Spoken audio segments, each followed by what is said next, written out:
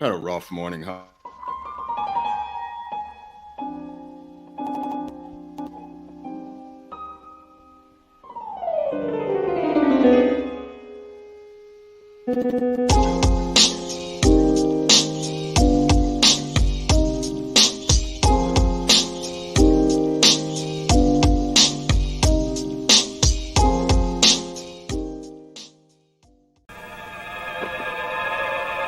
My name is Polio.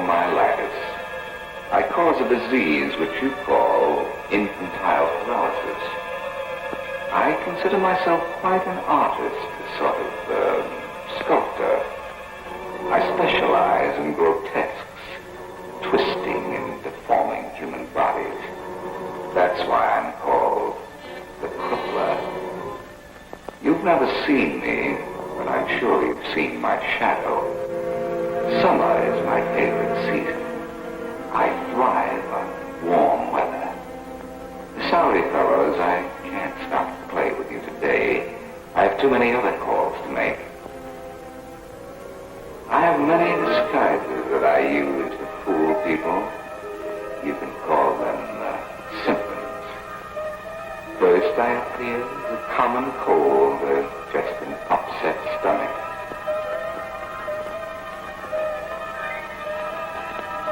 I'd just as soon live in any alley as a mansion, and as you probably know, I'm very fond of children, especially little children. I have no prejudices. I'm quite impartial.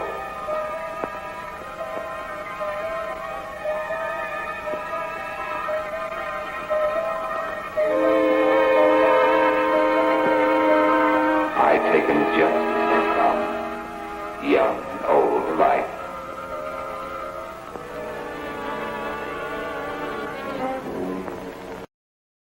Ah!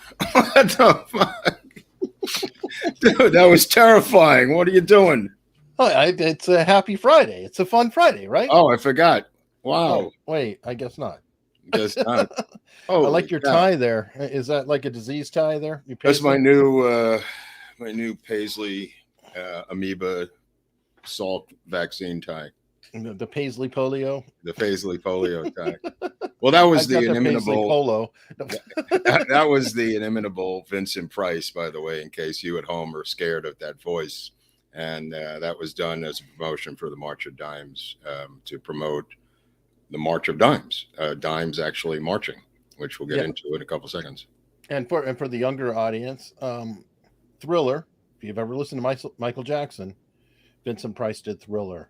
Mm-hmm. Well, that and 150 other horror films. The Last Man on Earth was a good one too. And yeah, I mean, anyway, so there was a lot of celebrities involved in promoting the March of Dimes. Vincent Price being one of them.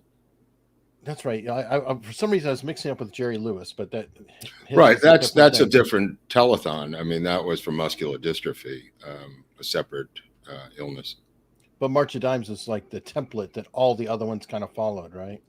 Well, they didn't have They didn't have television yet. They were trying to raise money because there was no government help. The situation was such where the people themselves, Eddie Cantor, of course, the famous comic, coined the phrase March of Dimes. It was named after the newsreel footage that people saw in the theaters called March of Time, which every week you saw what was going on in black and white. It was different companies that did it, but they were called, one of them was March of Time. So he came up with the phrase March of Dimes, and the March of Dimes literally stuck. And what happened was millions and millions of people. Yeah, this is one of the early posters, color posters of the March of Dimes, which is still quite vigorous today, dealing with many different illnesses, even today. But we have to go back to 1921. In 1921, something happened that launched this entire thing. And that was a man who got polio in 1921 as an adult, which was rare because it's really a kid's disease. It's called infantile paralysis because it was 95% of the victims were children. But you could catch it from children, and This particular guy caught it in 1921, and his name was Franklin Delano Roosevelt. And when Roosevelt caught it in New York swimming with with a camp of Boy Scouts, he was immediately paralyzed, as was one of the side effects of the disease was paralysis. And that's what put FDR in the wheelchair. FDR had a law partner named Basil O'Connor. Basil O'Connor was tasked with creating and raising money for this thing called the March of Dimes. There's Basil O'Connor. That he was a Paul lawyer advisor to Roosevelt, and Roosevelt. Yeah, there he is on the radio.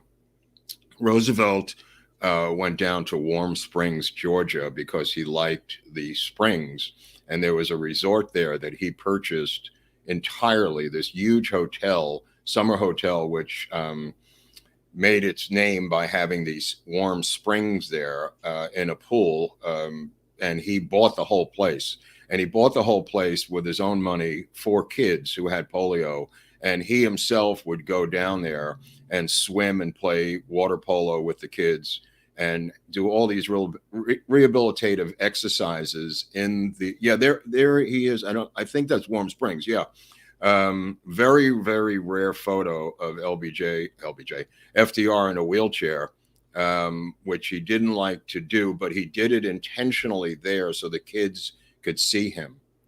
And in fact, they were putting on a play for him in 1945, the kids, when he died from a cerebral brain tumor, a cerebral hemorrhage of the brain.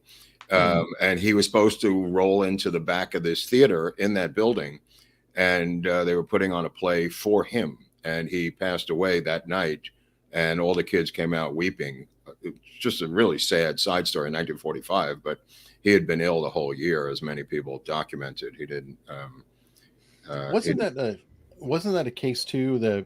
The press was in on it with him, in the sense that they knew, but they deliberately did not photograph him, and they kind of respected. Right, but he also didn't expose himself in the wheelchair for them to photograph. So it's not like he was rolling around and they avoided it. He did every press opportunity. His son helped him stand up. He had these 50-pound iron braces that at the end, the last year, he couldn't wear anymore because they were just too heavy on his legs. These were not like the later light aluminum braces that kids would wear and other people would wear. These had to support the weight of him, and he still needed the support of someone next to him, sometimes his son. Yeah, okay, so getting back to the March of Dimes, what you see here is a picture of the dimes coming in. And the March of Dimes was not just a name. Everybody in the country mailed in millions and millions of dimes in every single weird kind of envelope you can imagine. They raised over $1 million in money in 1932 just from dimes. And I don't know, pennies. God knows how much that is today. But this single-handedly fund the research, Eric. Yeah, that's amazing. It came in giant burlap bags. It came in little tiny envelopes. It came from all over the country. Then they had the March of the Moms, and the moms. Yeah, there's Basil O'Connor with some of the dimes. Roosevelt put on a series of 2,000 birthday balls around the country, also to raise money for polio. A lot of celebrities came on board. This became a national obsession. Celebrities and everyone else trying to raise money for polio. And that's true. That's true. Well, I don't know how relevant that is, but I think they were worth about a dime. But the point of the matter is the balls and the March of Dimes and all of this stuff, they had another thing called the March of the Moms, and the moms would march around their town all over the United States. And if you put on your porch light, this was at night, you put on your porch light, the moms would come over with a bucket, and then you'd have money change to put into the bucket for polio. And that was called the March of the Moms. And they would turn on a porch light all around the country at the same exact time, 7 o'clock at night. And the moms in each town in the United States would go from door to door with a bucket collecting dimes and then ship those dimes to the White House. Eventually, the White House had to send them somewhere else because they were inundated with dimes, the White House. They couldn't take it anymore. That's amazing, though. I mean, and it's really cool that they were able to accomplish that. Right. Yeah. But going back in just a couple of years, there was we're going to get into Jonas Salk. Jonas Salk was 15 years old. He was a child brainiac who had there's a shot of Salk. I think that's might be in his lab in Pittsburgh a little bit later on. But Salk was a child prodigy who, at the age, he's obviously from New York, Russian Jewish, first generation Polish Jew, just like his arch nemesis we're going to come up with in a couple minutes, Albert Sabin. Albert Sabin, also Polish Jew, first generation. And with Jonas Salk, Salk went to CUNY, City University in New York, at the age of 15. And he gets out of CUNY at 15, goes into 15, he gets out and joins the army, becomes a major, not to be a fighter, but they want him to deal with influenza. And the army had been decimated with influenza. And Salk was involved in coming up with the first flu shot. And that was a killed virus vaccine. And that saved the army that was decimated by flu in previous wars and previous battles. And that was his first success, was coming up with the shot for influenza. And the reason that's important, look at that head of hair on him. Holy cow. That's a great shot. That's him when he went to college. I mean, look what he looks like, Eric. Holy cow. So anyway, he works on the influenza vaccine, actually creating it with a bunch of other guys. And then he gets a lab in Pittsburgh, which is just some shithole dead end. University of Pittsburgh is not exactly the cutting edge of research in the United States, but the March of Dimes begins to fund him at the University of Pittsburgh, where they get in shipments of rhesus monkeys and inject them or inoculate them or try to give them polio so they can extract it from their spine. One of the problems with the research was they weren't able to grow polio. And a guy named John Enders in 1949, another scientist, discovers a method to grow polio in a petri dish. And that begins the beginning of the research to end polio as we know it. John Enders wins the Nobel Prize in Science in 1949 for growing polio in a petri dish. That allows them to have volumes and volumes of polio virus to work with. They were simply extracting it from the spinal columns of rhesus monkeys that they had given polio to. So by John Enders growing polio, it allows Salk to have a lot of polio to play around with. And that's where his research begins. There is a thing called the Enders technique, which is named after John Enders, on how to grow polio. And Sabin, the arch nemesis of Salk, if you have a picture of Sabin, I think you'll see the difference. Sabin's about 10 years older than Salk. And Sabin is a mainstream. Yeah, there's Sabin. Sabin was a cock of the walk, up the AMA's backside. He knew the system inside and out. He knew big pharma. He knew how to run these experiments. He wanted to be famous. He was narcissistic. He was the leading expert in the research into the oral virus, the oral vaccine for polio. And he insisted that the only way to do it was his way. And that was through an oral live vaccine. And the reason I mention these two guys is because I don't know if people can understand this, but it's kind of like the movie Amadeus with Salieri and Mozart, with F. Murray Abraham and Thomas Halsey playing. If you remember the movie Amadeus, Salieri, who is quite competent, is embittered by, there's F. Murray Abraham. He's embittered with the child prodigy who is, there he is, Amadeus Mozart, who is Thomas Halsey. That is kind of the relationship between Salk and Sabin. Salk being a prodigy and Sabin being a very well-oiled scientist who knows where everything is and knows how to do it, but he can't do what Salk is doing because Salk is jumping ahead of Sabin time after time. And what Sabin attempts to do is to, after a while, he tries to undermine him. And that's where the story gets really interesting. And I've made the analogy before to you that it's kind of like Robert Malone, who we've just recently met, Dr. Robert Malone, and a guy who America has known for a long time. There's Dr. Malone. That would be the Salk figure of today, Dr. Malone, Robert Malone. You know, he's quiet. Salk was quiet, not a big mouth, not a loud spoken guy, very well accomplished. Malone has a lot of discoveries under his belt, knows his stuff. And the antithesis of this would be his arch nemesis, who could be compared to Sabin in our modern day soap opera, which is this guy here. They actually resemble each other. I know. It hit me a couple of days ago that this was spot on, that this Fauci, not that Fauci and Malone have a personal feud. It's just that the position of Fauci in the government and up the ass of all these institutions and pharma was similar to Albert Sabin.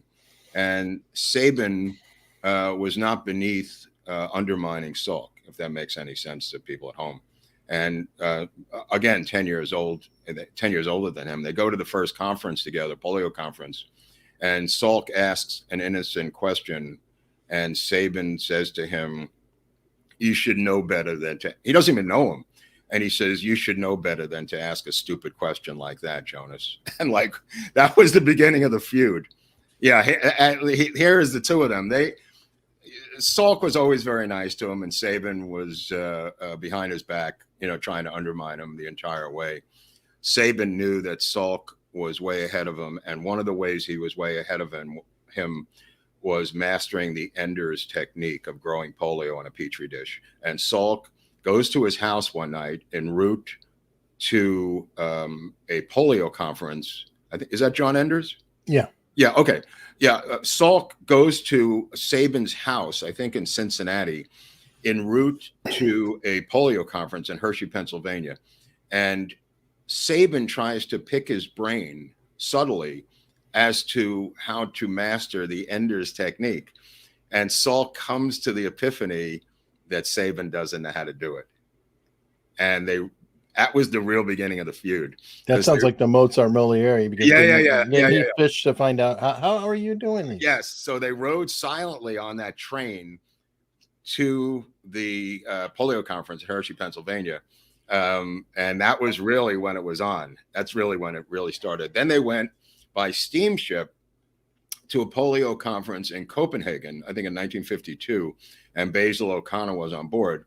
Now, Basil O'Connor, as I said, is the guy who's looking for a face to raise money for the March of Dimes. And I don't mean like a child's face. I mean like a doctor's face, a guy that he could put all the money behind one guy, because there's 4 or 5 guys out there. It's not just Salk, Eric, but he can't divide up this money and just say, all right, everybody go at it. What O'Connor's genius was, as Salk pointed out, he becomes like a father figure to Jonas Salk, and he takes him under his wing and he decides to fund Jonas Salk. He gives money to the other people, but he decides to make Salk the poster guy for the race for the cure for polio. And that drives Sabin insane. I'm sure. But that's that is common that they do that. One face, because it's easier to track everything. Right. Well, it wasn't Sabin's face, so Sabin wasn't too happy about it. So what happens is they're working on developing the killed virus vaccine, and it gets to a point in 1954 where Salk believes that he has the vaccine in 1954, and they begin to put together a human trial of children in the United States. Now, you had to volunteer to get in this. You had to beg, borrow, and steal to get in on this trial. It wasn't like they were asking people to do it. They were turning them away, Eric. You know what I mean? Every kid wanted in on this. Now, it's 1954 in April, and it's 1.8 million children. The largest human experiment to this day in medical history. The Salk field trials for the vaccine in 1954, nearly 2 million kids, half of them getting a placebo, Eric, half of them getting the vaccine. I mean, it was tightly run. And after everyone got whatever they got, they analyzed the data, unlike today, for one entire year until 1955, when in Michigan in April 1955, they announced that the vaccine was safe and effective with a 90% effectiveness. This is the first rough vaccine that they've had, and it hits at 90%. And it's a killed virus vaccine. It can't cause polio. It's absolutely perfect in its design by Salk, who went down this road when everyone was going down the live vaccine road. He took the other road, and Sabin never forgave him for that. So it's kind of an interesting bunch of plot twists that happened at this point. But in 1955, Sabin is on the Salk is on the cover of every magazine in the world, and the vaccine is safe and effective. He goes on, he gets the medal from Eisenhower. He goes on CBS News with Edward R. Murrow, and Edward R. Murrow says, "Sir, you have lost the most valuable thing a man can ever have." And he said, "What's that?" And he says, "Anonymity." And he said, "You're going to be a wealthy man. I assume you have the patent to this." And he said, "I do not, sir." He said, "I think the American people have the patent. Can you patent the sun?" And that made Salk an immortal. Those lines on CBS News that night saying that he did not have the patent for it, and he gave the American people, I don't know. I have it. Oh, go ahead. Patent on this vaccine. Well, the people, I would say, there is no patent. Could you patent the sun? Yeah, there it is. That immortalized Jonas Salk in the hearts of the American people. That's why they fell in love with him, from that line. And they had been backing him, the mothers in this country, and everybody put their hat into the ring with Jonas Salk, because the disease itself, which literally struck children down while they were playing baseball. You know what I mean, Eric? It was like so quick that you went from playing baseball to having a cough to your legs giving out in a couple of minutes. Oh, we got a good interview on that. That's really spooky. Okay, go ahead. Let's see that. Let's take a look. Diane Odell of Jackson, Tennessee, has lived in an iron lung longer than anyone still alive today. She owes her life to this device and has relied on it since contracting polio at the age of 3 in 1950. And we were catching June bugs and putting them on streets, letting them fly around our heads. And I told her I didn't feel good. I was going to go lay down. I was up all night with a headache and my legs hurting. That morning I could not walk. Soon, she couldn't breathe and was put in an iron lung. As a child in the 50s living in an iron lung, Diane had lots of company, as thousands of other children were in the same situation in hospitals from coast to coast. Amazing. They would push our lungs close together so we could play together. And our playing together consisted of our spitting at each other because we couldn't do anything else. Doctors working in those hospitals. I had to leave that in there. That line. Yeah, that was great. That was. Oh great. My God, that's all you could do is spit it. Ugh. But these kids were unbeaten. I mean, the fact that they would still be children and childlike in these machines, I mean, just goes to the how strong the human spirit is, Eric. That they were able to think that nothing of this, that this was their fate, and they didn't bemoan their fate. I mean, she's one of the last people in the iron lungs today. But do you have that overhead shot of the iron lungs from up above? There was one in a gymnasium. Shot. Do you have that shot from up above, just looking down again? So people at home, look at this. Take a look at this. If you can blow this up, look what this looks like. It was look at this thumbnail too. Yep. Oh, right. Okay. So on the front page of every paper every day would be the baseball box scores, and would be a box score of who got polio in your town, who was paralyzed, how many kids. Now, keep in mind, the thing we just went through, 85% of the people who passed away were 85 and older. 90% of the people who got this were children. It's a complete flip mirror image of what we just went through. And they also got it in the summer, like you were saying. Right. Okay. Really, so really, really creepy too. Yeah, the whole thing was creepy. Look at this. This is the saddest thing I've ever seen. I mean, it's just unbelievable. And this, keep in mind, this saved their lives. This saved their lives in these iron lungs. Yeah, my father-in-law actually had polio as a kid. Really? Yeah, he was fortunate because his mother was a nurse. Right. And she experimented on him and went against the grain, and she forced him to exercise. So like she worked out his legs every single day and pushed and everything else. And he healed completely. I think he's like one leg slightly longer than the other, but that's it, because she did that hardcore. Well, that was rare. That was rare that worked. Oh, sure. Because the common wisdom was that was the logical thing to do, but medically, for the most part, did not work. Nobody knew what to do, so they did that. In that case, they must have had it in remission or something. But what you mentioned before is it came in the summer, and people they closed the swimming pools, they closed the beaches. They thought it was transmissible through the nose and mouth, like the thing we just went through. None of that was true. Every single thing they thought about this disease was inaccurate.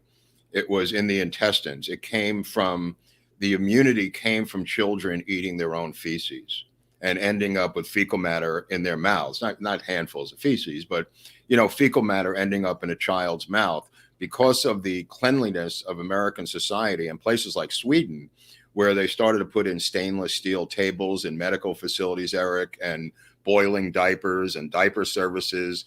The cleanliness of the society in the 50s, both, it's been talked about morally, but physically, it was the beginning of disinfectants. It was the beginning of Lysol. It was the beginning of a spotless society in terms of modern homes with stainless steel counters.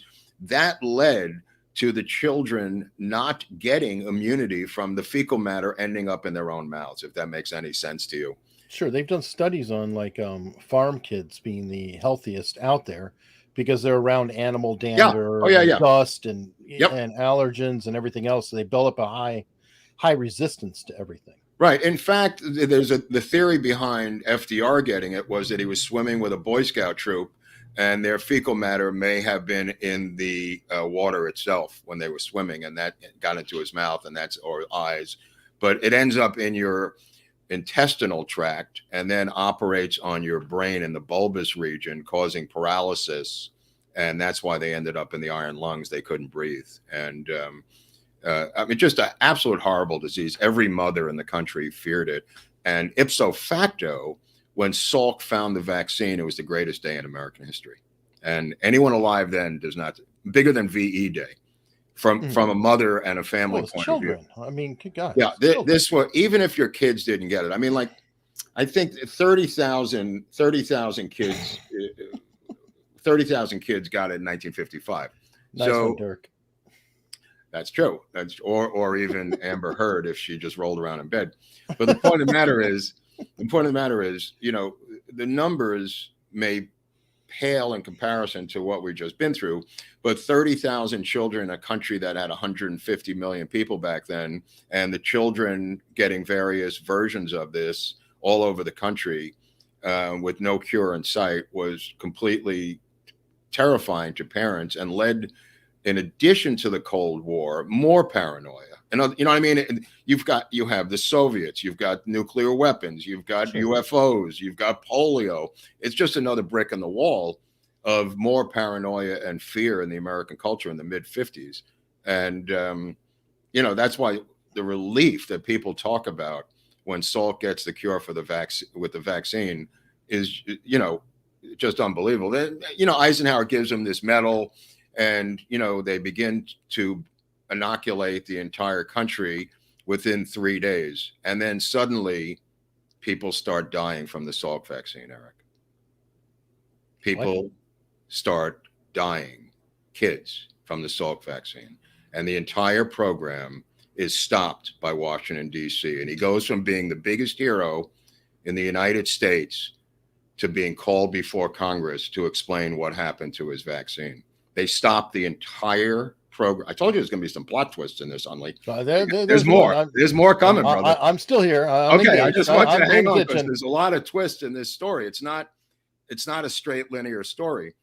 They shut down the entire program. He's called before Congress. Sabin comes out on his porch in the middle of the night before the press and says, "I told you so. I told you his vaccine was not as good as mine. His is not ready yet. His is not ready." He urges the program to be stopped. He tried to get it stopped before this in 1954. In 1954, Sabin goes before the American Medical Association in Madison Square Garden, 38,000 people, and denounces Salk as a communist and a socialist. Okay, that's how far this went, this feud. That's how far this feud went. So in 1955, when the vaccine starts to cause paralysis and death, and the program is halted, Sabin comes out of the woodwork and says, "I told you this would happen." And the press goes berserk. And it turns out at Cutter Labs in Berkeley, California, when they were mixing a batch of the Salk vaccine, they themselves mixed in some live vaccine by accident. And it was regional. It hit in Idaho, Boise, Idaho, and Berkeley, California, Oxnard, California. And 250 kids came down with polio. They found out what happened. It had nothing to do with Salk. Cutter Labs, they make Cutter bug spray, that Cutter, mixed the batch with live vaccine in the batch. And that live vaccine got into the shots of the kids. Wow. So once they isolated that it was Cutter Labs that had done this, they were able to get Cutter Labs out of this thing. The multiple labs around the country were making the vaccine, like Moderna and Johnson & Johnson. Cutter was Johnson & Johnson, let's say, in our recent experience. So once that was alleviated. Or Monsanto, I guess, would be a good comparison. Or Monsanto, yeah. I mean, there were different companies back then, but thanks for the great content. Oh, yeah, thank you very much. Thank you. Holy cow. Part 8. That's a gram. Oh, yeah. So the I was kidding. The program, I know that was for you, Hunley. The program was restored. And millions of kids now are getting the completely killed vaccine. Okay. So it's full bore ahead. And so how long was it shut down? It was shut down for a couple of months. And they had to go before Congress. And in Congress, the scientists took a vote in Congress, in this committee.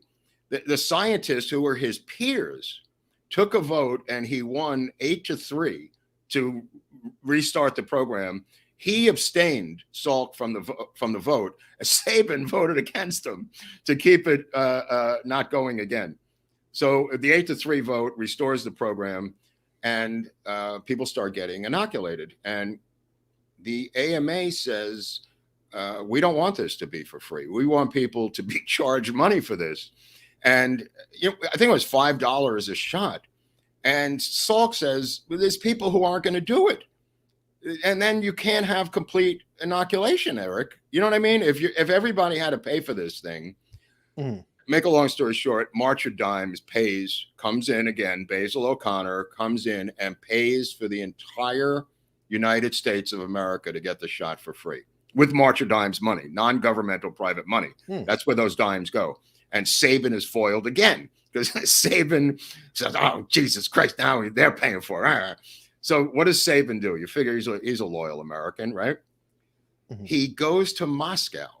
This is at the peak of the Cold War, and he inoculates 20 million Russians with his vaccine, with his live polio vaccine. 20 million Soviets, and he also goes to Eastern Europe. He goes to Czechoslovakia, and he gives them the vaccine. And the Soviets give him the highest award, the Soviet Award for Extraordinary Citizenship from the Soviets. Now he is called Salk, a communist. And here he is this is 1959. He goes unknown to everyone else. He goes into the Soviet Union. Now, look, you found a cure for polio. It's not as bad as the Chinese with the Wuhan, whether it was, bacteriological or whatever. But look, you can let the Soviets figure it out on their own. You know what I mean? You don't need Klaus Fuchs, the atom spy, or the Rosenbergs, who will do an episode on giving them the A-bomb. You know what I'm saying? And, because a lot of people felt the Russians would have eventually gotten the A-bomb anyway, Eric, despite the Rosenbergs. But this is a similar story. And this guy goes and inoculates with the oral vaccine 20 million Russians. And then what does he do? He comes back, Sabin, testifies before Congress, and says there's a polio gap because the Russians have a better vaccine than we do. And we have to catch up to this guy's a he is the ultimate Dr. Fauci before Fauci. This guy's international Fauci, bro, on steroids. He out Fauci's Fauci. He comes back to Congress, testifies that there's a polio gap, like the missile gap, and that we need the Sabin oral vaccine for the United States to keep up with the Soviets. You can't make this up. You can't make this up. So he's in bed with the AMA. He's in bed with Big Pharma. And Salk is begging them not to do this. They both testify in Congress. Salk says, look, this is a live vaccine. Now, let me tell you the benefits of a live vaccine. The live vaccine, unlike Salk's, is cheaper. Not cheaper. I mean, it's a little bit more expensive, but it's on a sugar cube and it's not on a needle. So to give it to kids on a sugar cube is easier to administer than to stick a syringe in a child. I give you that. It also has herd immunity. It's a live vaccine, and the person next to you can get immunity from just being near you, Eric, from the live vaccine, the properties of the live vaccine. But the other problem is it causes polio in some people. And that becomes the rub of the feud. Salk comes out and says, my vaccine is foolproof. No matter what you do. I did read there was one more advantage that it had. Which was it didn't have to be refrigerated, so it could go to some areas of the world that were not. You're talking about the Salk vaccine. Yeah, the Salk says, no. Sabin has to be refrigerated because it's live, the reverse. It's the reverse. I just read the reverse. No. The reason there's polio in Africa is because the Sabin vaccine has to be refrigerated to keep it alive. It has to be alive. And Salk says this. Salk predicts what's going to happen by saying it has to be refrigerated and transported around the world with refrigerated things. There are actually these polio cases that they bring around, like a igloo cooler that you would bring to the beach. In this case, it's got the Sabin oral vaccine in there. Okay, 1960, the National Institutes of Health and the sciences in the United States reverse themselves and approve the Sabin vaccine for the entire country, thereby replacing the Salk vaccine with the Sabin vaccine. And the entire country lines up on Sundays for what was known as Sabin on Sunday, where everyone in the country was given a sugar cube filled with Sabin vaccine, which had the live virus in it. So they have communion. They go to church. Sugar cube. Right, and there's a lot of film footage, newsreel footage of this happening. Now Salk, to his credit, never gives up, and he says, this is going to cause polio, and in fact, it does cause polio, and in fact, in going all the way to today, the only cause of polio in the world today is from vaccine-induced polio. That's the only cause of polio on the earth is from the Sabin vaccine. And it goes to 1995, and there's a trial where there's an award against the company that made the Sabin vaccine, and the father of the family came down with polio from his children, herd immunity, getting polio from his kids' Sabin live vaccine, and they go to court. The case takes about 10 years, and he ends up with $10 million in a settlement against the Sabin oral vaccine. This whole story has echoes of today. It's why I thought it was important for us to tell this story. And in that settlement, everybody begins to realize that maybe Salk was right. And the only two countries that used the Salk vaccine straight through was Sweden, I believe Holland, and Israel. They never buckled. And the Sabin vaccine begins to cause polio around the world simply from the vaccine. And in 2000, in an act of Salk passed away in 1995 and Sabin around that time. In the year 2000, the United States officially switched back to the Salk vaccine. God, so it was that long? Yeah. This story comes up till today. The lawsuit, I believe, started in 1975, went to like 1985. But the settlement was $10 million for that family. I forget the name of the family. But the suit went on, dragged on. It's one of the reasons that Big Pharma reason I mentioned the suit is that's why they have immunity today, is because of this particular suit against the Sabin vaccine, Eric. That's where it comes from. And Salk was correct. I mean, Sabin tried everything to undermine him. Now, Salk never gets a Nobel Prize. He's never allowed into the National Academy of Sciences. All of the science mainstream people, the Fauciites, hate Salk. They hate Salk. In fact, Sabin calls him nothing more than a kitchen chemist. I mean, you couldn't get more derogatory than that. He said that Salk just put some shit together and made a vaccine out of it. Anybody could have done that. But the point of the matter was the live vaccine was the one that would keep polio alive throughout the world. And that's why when we were growing up, you kept hearing about polio in Africa and polio in India. It was because of the refrigeration of the Albert Sabin live vaccine that kept polio alive. And that was the reason. That was one of its weakest links, was the refrigeration, and also the fact that it was alive. Now, people say, it's 1 out of 10 million that get polio, right? Mm-hmm. But if you're inoculating 100 million people, people have polio and now it spreads. Sure. It's not something that's not going to spread, Eric. It's going to spread. It's not you getting it, like coming down with something and then like we just went through, you're going to pass it on to someone else. And that's kind of the problem. And it's kind of why Salk was correct. I mean, the lawsuit brought this whole thing out. And I think Salk was vindicated in the lawsuit. And keep in mind, both Salk and Sabin testified in the lawsuit. They were both alive when the lawsuit happened. They both testified as experts on their own vaccine. And I wish there was film footage of that, because that would have been a lot of fun to see. If it's federal, probably not. Right. I mean, unlike, I don't know how many cameras were in courtrooms in the 80s anyway, you know what I mean? But right. Unlike was the suit, 95 is when they died. When was the suit? It took 10 years. The suit took so. 10 years. The suit was like 75 to 85. Okay. It was an over 10-year period. Multiple law firms dropped in and out. And eventually it was settled for 10 million, Now, did Salk ever get completely vindicated and allowed into all these organizations? Nope. And all nope. that? In fact, I'll tell you another plot twist. 1995, in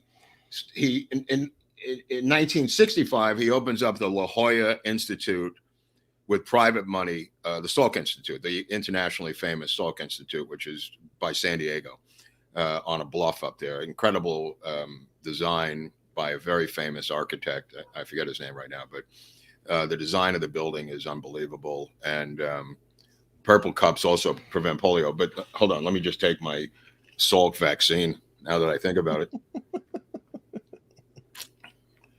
Okay, so they build a Salk Institute, and what he wants to do is bring in Watson and Crick. He wants to bring in the top minds in the world, science minds, which he does. He brings in DNA people. He brings in people working on everything, and that's the idea behind the Salk Institute.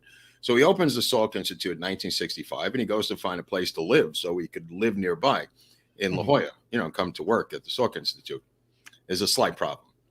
They have a law on the books in La Jolla that no Jews are allowed to live there. So he can't buy a house in La Jolla, even though he's Jonas Salk, and save the world from polio and just opened up the Salk Institute, because in 1965, La Jolla was restricted. So the city council is slightly concerned. So they reconstruct the law in 65 to allow Jews to live in La Jolla. And most Jews know about this, about places we can't live or not wanted. And this was one of them. Well, there's golf courses for a long time that you weren't allowed. Right, but you don't have to live on a golf course. I mean, he's going to buy a house next door to his institute. But they said, all right, we'll change the law. This guy's obviously a prominent guy. He might generate some income to the town, So anyway, so he begins with the institute. He actually gets divorced from his wife. He had 3 kids. His wife, Donna, came from a very wealthy family in Manhattan. Her father was a very wealthy dentist. He had 3 kids with her, and he marries Francois. Somebody jumped ahead of you, man. Right. Francois Gilou. He marries Picasso's mistress, and it's a fantastic. That might be her, putting it in there, but yeah, hey. They stayed married till Salk's death in 1995. Picasso wasn't married to her. It was Picasso's mistress, Gillot. Yeah. But she opens up an entire world of art and culture to Salk, which he never had before because he was so busy with test tubes. You know what I mean? And once he opens up the Salk Institute, he begins to look at the world with a different set of eyes, and begins to see the world through Francois Gillot's eyes, which is kind of an interesting love story. Separately, his kids are all medical doctors, by the way. He's got 3 boys today who are pretty well esteemed researchers and doctors. The Salk kids, Daryl and there's 2 others. One of them, I think, runs the institute itself. Not really sure where each one of them are, but anyway, so both of them died around 95. I think Sabin might have been 90. Sabin, is that a picture of her? Yeah. Yeah, interesting. Yeah. Sabin had about 10 wives, I think. He ended up with 3 wives, Sabin, and drove around Cincinnati in a Cadillac convertible. Oh, wow. She's still alive. 100. Oh, my Lord. Wow. God, I hope I could last that long. So Sabin does go to Israel for about 3 years. He runs the Weizmann Institute, which is another medical institute there, comes back. He gets a bunch of awards, Sabin. But I think he never got over the bitterness of Salk outdoing him with the vaccine and the restoration in 2000 of the Salk vaccine. But when it became apparent in 2000, after these lawsuits, that the only cause of polio in the world, and there's footage of Salk testifying before a guy named Ted Kennedy in 1975 in the Senate. I was watching footage a couple of weeks ago of him testifying to Ted Kennedy saying flatly, the only cause of polio in the world comes from the vaccine itself. And he said, if you're willing to live like that, with that knowledge, I'm not. The fact that the vaccine is the only cause of polio. In other words, wild polio, as we knew it, had been eradicated. Wow. Yeah, it's kind of an interesting story. Yeah, for sure. Especially the fact that a vaccine keeps it alive. A vaccine keeps it alive. And I'll tell you another weird twist. In 2011, in Pakistan, this medical group set up a polio vaccine from the United States to inoculate a village with polio vaccine, right? In Pakistan. And it turns out that they were phony doctors, and they were the CIA, Eric, looking for bin Laden. This is a true story. They were looking for bin Laden, and they set up a phony polio vaccine, which set the polio vaccination movement in Pakistan back 20 years, because now nobody trusts the vaccine because the CIA said, screw it, what do we care about the vaccine? We're after bin Laden.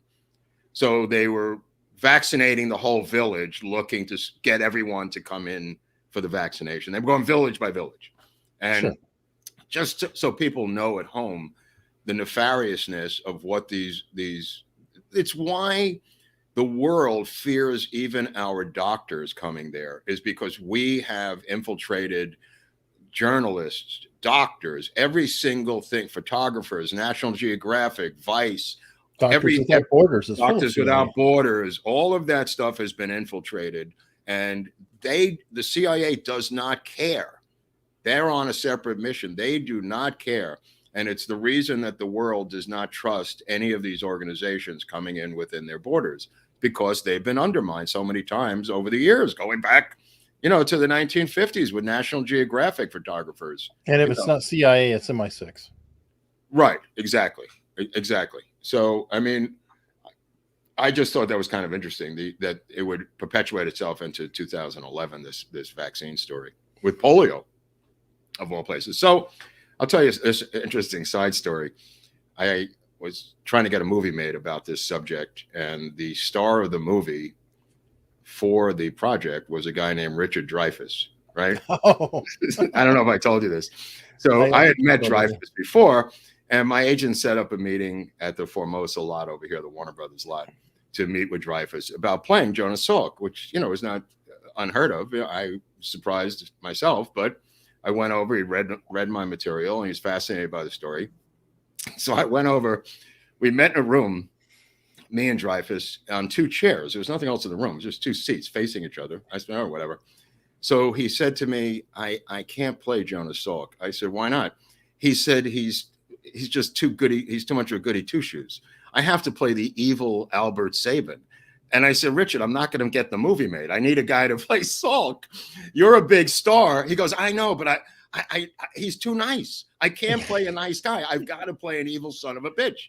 And I said, you're like, you did Mr. Holland's Opus, dude. Right. I said, don't do this to me. Richard, don't do this to me, please. You're Jonas Salk. We had that agreement. You're going to, because we had talked through our agents about him being Jonas Salk. So he tells me this whole thing about how he's going to kill as Sabin. He's just going to, it's going to be the greatest villain of all time. And he says, Mark, when I attach myself to a picture like this, I am 100% committed. I eat, breathe, and sleep. I will be Albert Sabin 24/7.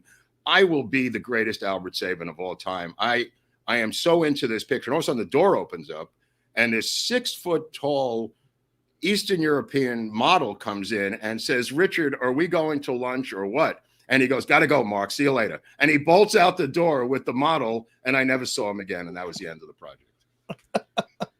Welcome to Hollywood. Welcome to Hollywood, my friends. Actually, that should be the story.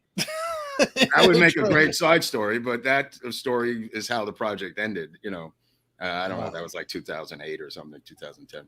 Who was lined up for Sabin? We didn't have a Sabin at the time.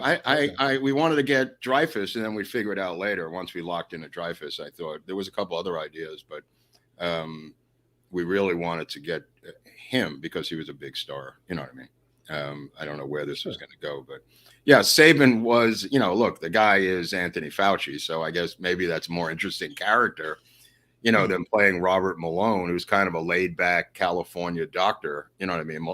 You know, Salk was kind of an introvert. And they blamed him for the publicity that he didn't seek, if that makes any sense to you.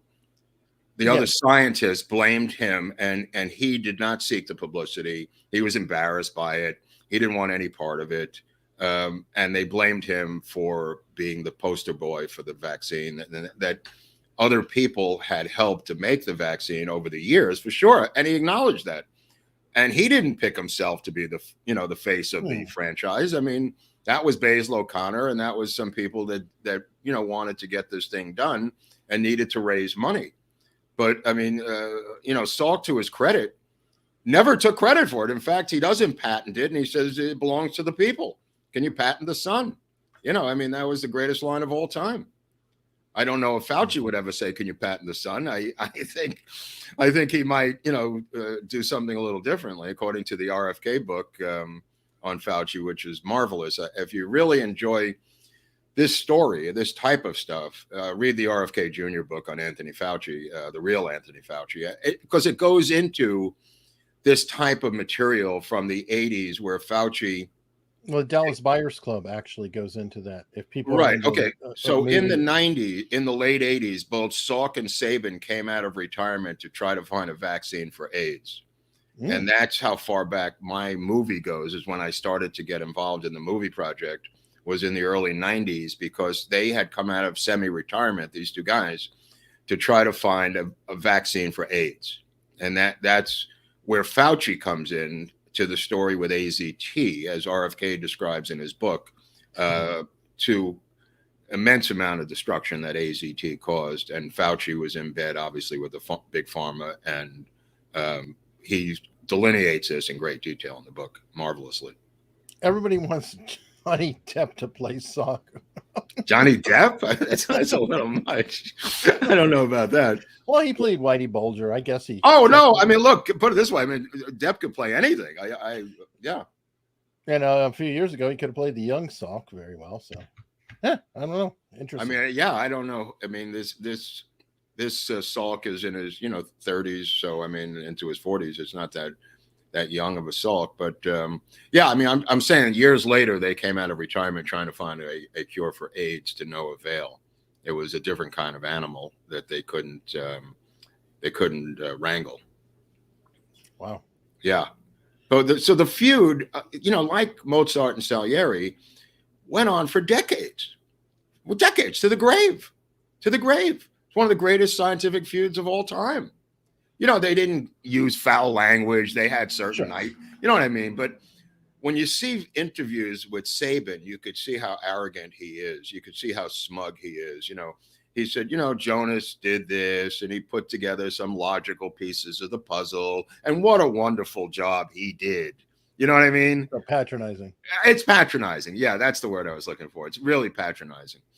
But, without Salk, we would be in a worse situation in terms of polio. And to their credit, the Russians, they didn't care. They got the Sabin vaccine. They were pretty happy in Eastern Europe with the Sabin vaccine. And it probably was an improvement. I mean, it obviously long term didn't solve everything, but for the short term, absolutely, it might have worked very well for the Soviet Union. For this, I mean, you're talking about 20 million Soviets, and the Swedes, the Scandinavians all used the Salk vaccine. So Sabin said, sure, they were isolated up there in Scandinavia. That's why it worked. It was because all of Europe had already been inoculated. He was poo-pooing. I hate to use the word poo-poo, but I will say poo-poo. He was poo-pooing the vaccine that, because his was there in Eastern Europe, saying that's why Europe was inoculated. Wow. Crazy story. All right. So that's I just want to add one little thing, which is a side story, which people can look up on their own if they're conspiratorial minded. There was a cat who worked with Sabin named Hillary Kaprowski. And when Sabin went to the Soviet Union, Hillary Kaprowski went to the Congo and did his experiments of his oral vaccine on the children and monkeys in the Congo. And Rolling Stone wrote an article in the late 90s that this may have been the origin of AIDS. And people can go down that rabbit hole if they want. I don't have time for it in this story. But Hillary Kaprowski may or may not have led to AIDS coming from simians, AIDS 2, this HIV 2, to humans, which is a separate untold story that we may or may not look into. Rolling Stone did before it became the Soviet CIA, Pravda, right? Before it became a CIA Pravda paper, did a very long piece in the 90s about Kaprowski's experiments in the Congo. Which I guess you can find it on YouTube as well. AIDS coming from monkeys in the polio. Right. I think that documentary is based on the article, which I strongly recommend people find from Rolling Stone. And David Taylor, thank you so much. This does help us keep the stories coming. Right. Yeah. I mean, look, I have to, avoid polio at all costs. That's why I have PayPal. See, the PayPal actually goes to me not getting polio. That's kind of the beauty of PayPal. It's Pay Polio. Is it really the original name? And Venmo too. Scarily enough, it works. Venmo That's a generic also, version, right? Right. You could PayPal me or Venmo me. I could care less. All I know is I have to get paid for these stories, Eric. The polio that's creeping up my back. I got this cortisone shot the other day in my shoulder, and I got a big bruise back there. I had I think I got a torn rotator cuff from throwing baseballs my whole life. So the guy gives me a shot. And he goes, "This is going to hurt." I said, anytime a doctor tells you it's going to hurt, I assume it's really going to freaking hurt. But he sprayed it with a lot of freeze and everything. It didn't really hurt. But there's still a bruise back there from the cortisone shot. I don't know if this concerns. So alms for the bruise. Is that what you want? Alms for the bruise. Okay. I have to get more Band-Aids and somehow live my life. It's not so easy. But I had a rough morning. You're going Amber Heard on us here. Yeah. So anyway, let's get into. You know what I meant to ask you? I see a lot of the YouTubers ask for subscribers at the beginning of their show. We don't do that.